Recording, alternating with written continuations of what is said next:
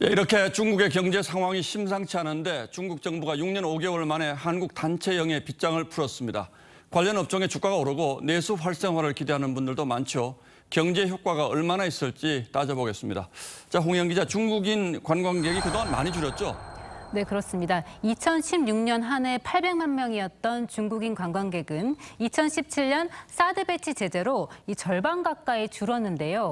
그 뒤 회복되는가 싶더니 코로나19 유행으로 지난해 23만 명까지 확 줄었습니다. 올해 들어서 늘긴 했지만 이 과거에 비하면 여전히 바닥 수준입니다. 그러던 와중에 중국 정부가 이 한국 단체 여행을 허용한다고 발표한 겁니다. 자, 그럼 그동안 못 누린 중국 관광객 특수를 기대할 만한가요?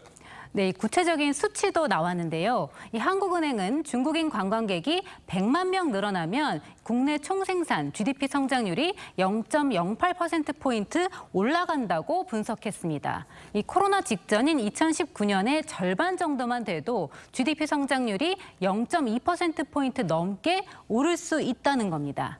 이 한은이 전망한 올해 성장률이 1.4%인 걸 감안하면 무시할 수 없는 수치입니다. 자, 그런데 문제는 당장 그렇게 늘어나야 한다는 거잖아요. 그럼 그럴 조짐이 있습니까? 네, 우선 단기간에는 눈에 띄는 효과를 체감하기 어려워 보입니다. 이 일본 여행이 풀렸을 때와는 또 다른데요. 지금은 노는 비행기가 없죠. 그래서 당장 항공편을 늘리기가 쉽지 않습니다. 또 없어졌던 단체 여행 상품을 만드는데도 시간이 필요합니다. 그리고 또 하나, 중국의 경제 상황도 변수가 되겠죠? 네, 그것도 문제입니다. 이 중국이 여행 규제를 푼 건 소비 심리가 꽁꽁꽁꽁 얼어붙은 탓도 큰데요. 우리보다 먼저 단체 관광이 재개된 동남아시아 국가들만 봐도 이 중국인 관광객 수가 2019년에 30% 정도 회복하는 데 그쳤습니다. 우선 부동산 침체가 상당히 지금 거의 3년 가까이 지속이 되고 있고 청년층 실업률이 지금 20% 이상 되고 있기 때문에 가계 차원에서 봤을 때 소비 이런 여력에 대해 상당히 좀 보수적으로 바뀌었고 또 소비 경향도. 자, 그렇다면 뭔가 중국 관광객들의 지갑을 열 만한 특단의 요인이 있어야 되겠군요. 네, 또 주목해야 할 게 그 사이 중국인들의 여행 문화가 많이 달라졌다는 점입니다. 월스트리트 저널은 설문조사 결과 중국 여행객 76%는 사람이 적고 일정이 적은 여행을 더 선호한다고 전했습니다.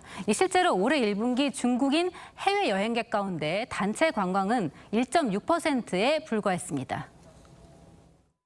중국 관광객들도 이제 여행을 많이 해본 경험들이 있기 때문에요. 경험이 늘어날수록 전문화된 여행을 하거든요. 그 과정 속에서는 쇼핑에 너무 치우친 여행을 하지는 않게 될 겁니다. 예, 결론적으로 중국인들이 단체로 몰려와서 무작정 돈을 쓸 것이다. 이런 기대는 이제 하지 않는 게 좋겠다. 이런 뜻이군요. 네, 맞습니다. 과거 중국인 단체 관광은 덤핑 구조가 문제였습니다.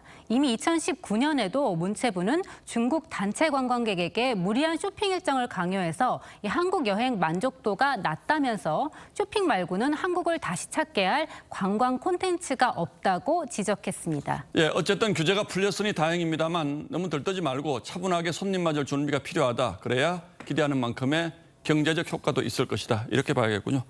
예, 홍영 기자 잘 들었습니다.